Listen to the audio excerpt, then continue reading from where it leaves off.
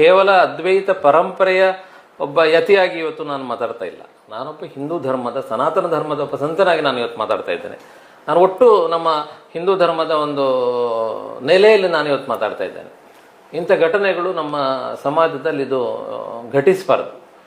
ಯಾಕಂದರೆ ನಾನು ಕೆಲವು ಕಡೆ ಹೇಳುವ ಮಾತಿದೆ, ನಮಗೆ ಆಚಾರಗಳಲ್ಲಿ ವ್ಯತ್ಯಾಸಗಳಿರ್ಬೋದು ನಮ್ಮಲ್ಲಿ, ಆದರೆ ಆಚಾರ್ಯರಲ್ಲಿ ವ್ಯತ್ಯಾಸ ಇಲ್ಲ.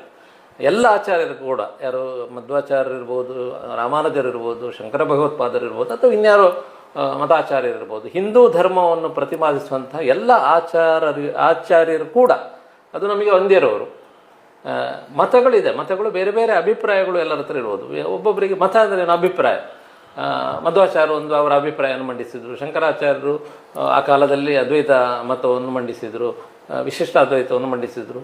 ಅದು ಬೇರೆ ಬೇರೆ, ಅದನ್ನು ಯಾವುದನ್ನು ಬೇಕಾದರೂ ಯಾರಿಗೆ ಬೇಕಾದರೂ ಸ್ವೀಕರಿಸ್ಬೋದು. ನೋಡಿ, ಪಥ ಮತ್ತು ಪಂಥ. ನಿಮಗೆ ಪಥ ಅಂದರೆ ದಾರಿ, ಅದಕ್ಕೆ ಮಧ್ಯದಲ್ಲಿ ಒಂದು ಸೊನ್ನೆ ಬಿದ್ದರೆ ಅದು ಪಂಥ ಆಗ್ತದೆ.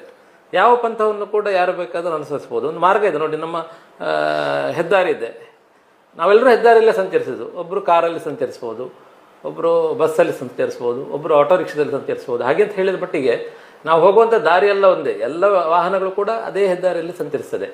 ಹಾಗಿರುವಾಗ ಕಾರ್ನಲ್ಲಿ ಹೋಗೋ ಶ್ರೇಷ್ಠ ಅಥವಾ ಆಟೋ ರಿಕ್ಷಾದಲ್ಲಿ ಹೋಗೋ ಕನಿಷ್ಠ ಅಲ್ಲ. ಎಲ್ಲರೂ ಕೂಡ ಭಾರತದ ಪ್ರಜೆಗಳು.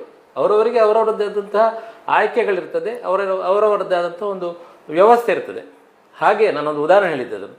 ಹಾಗೆ ಪಂಥ ಅನ್ನೋದು ಯಾರಿಗೆ ಬೇಕಾದರೂ, ಒಂದೊಂದು ಪಂಥವನ್ನು ಯಾರಿಗೆ ಬೇಕಾದರೂ ಅದನ್ನು ಅನುಸರಿಸ್ಬೋದು. ಮತಗಳಿರುವುದು ಯಾವುದಕ್ಕೆ? ಅದು ಮಂಡನೆಗೆ. ನನಗೆ ಮಂಡಿಸ್ಬೋದು, ನಮ್ಮ ಮತದಲ್ಲಿ ಅದು ಶ್ರೇಷ್ಠ, ಅದು ವಿಶಿಷ್ಟ, ನನಗೆ ಮಂಡಿಸ್ಬೋದು, ಅಥವಾ ಇನ್ನೊಂದು ಮತವನ್ನು ಅವನಿಗೆ ಮಂಡಿಸ್ಬೋದು. ಆದರೆ ಖಂಡನೆಗಲ್ಲ ಅಂತ. ಆ ದೃಷ್ಟಿಯಿಂದ ನಾವು ಮತಾಚಾರ್ಯರನ್ನು, ಮತವನ್ನು ಸ್ಥಾಪಿಸಿದಂತಹ ಪೂಜ್ಯರನ್ನು ನಾವು ಖಂಡಿಸೋದು ಯಾವತ್ತಿಗೂ ಸರಿಯಲ್ಲ. ನಾವು ಕೂಡ ಎಲ್ಲ ಮತಾಚಾರ್ಯರನ್ನು ಕೂಡ ಗೌರವದಿಂದಲೇ ಕಾಣುವವರು.